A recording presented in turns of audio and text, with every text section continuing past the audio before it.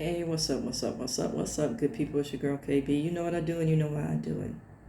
Just chillaxing this Monday morning. Had to deal with some computer issues right off the bat. It's Monday. That's all I'm going to say. It's Monday. Let me just get into the word, the message. And then I have something else to say that's not from the devotionals. I just started reading the devotionals I'm reading just for today. And this entitled Using Our Using Dream. Now, using is in quotes, and it talks about addiction. But as you know, I change it up a bit because people like to say they aren't in recovery because they focus primarily on addiction. But if you heard me talk, if you follow me, I teach that we're all in recovery from something. Amen. It says, do we fully accept the fact that our every attempt to stop using or to control our using failed? Man, and I just read something about people with narcissistic tendencies, and it talks about the using and the gaslighting, and that gaslighting is the camouflage. So the use continues. And by using, I mean using people, not drugs. And we all have narcissistic tendencies. Let's be real about that. We all, because we're selfish people, bottom line. But it's when that thing mutates and you can't receive any feedback because you have a fragile sense of self. And that's a result of unhealed trauma, y'all, for real.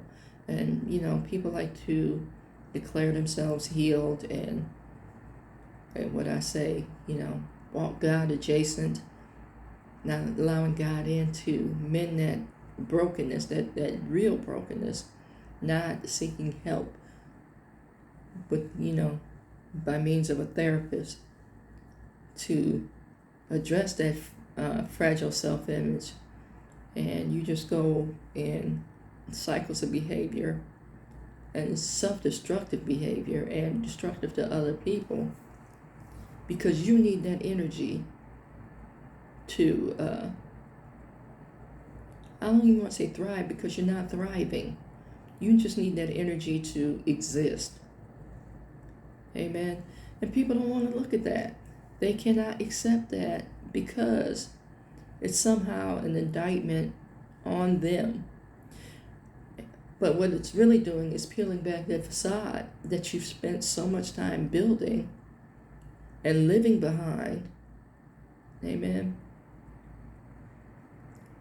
Really start thinking about that. I started a video in the car, started a recording in the car on the way here about, in some people's lives, I'm confessor, chief confessor, and confidant. It's like, it's okay to call me up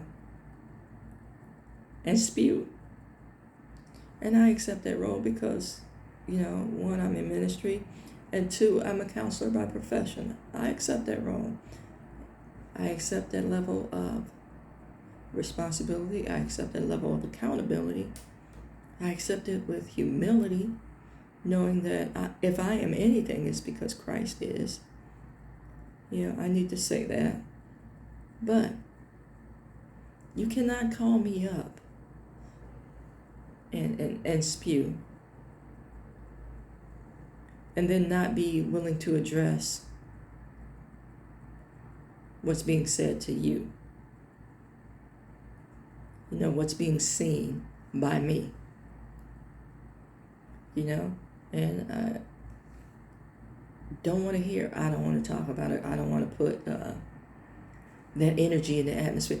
Baby, that energy is already in the atmosphere. You're doing it. Now it's impacting you, so you're speaking on it. You know, you're confessing to me, but you're not confessing to God. You're not taking it to the throne. You know, you somehow feel better by saying, okay, I got it off my chest. And you also don't tell what you did in order to elicit the response that you got. Amen. Let's think about that. You know, and for me, even without knowing the other side, you know, I've peeped the pattern. And then when I bring the pattern to you, I don't know what I'm talking about. Then why did you bring it to me? It was obviously weighing on you. Amen. And because you talk about God, but don't really know God, and make no attempts to get to know God,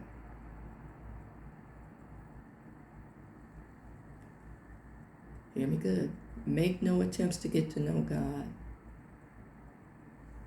you stay stuck in this cycle. I need to say this. The enemy can speak of God in flowery language, which is going to lead to my next video. Amen.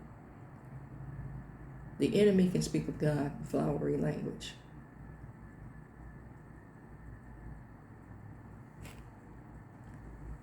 You cannot serve both God and man.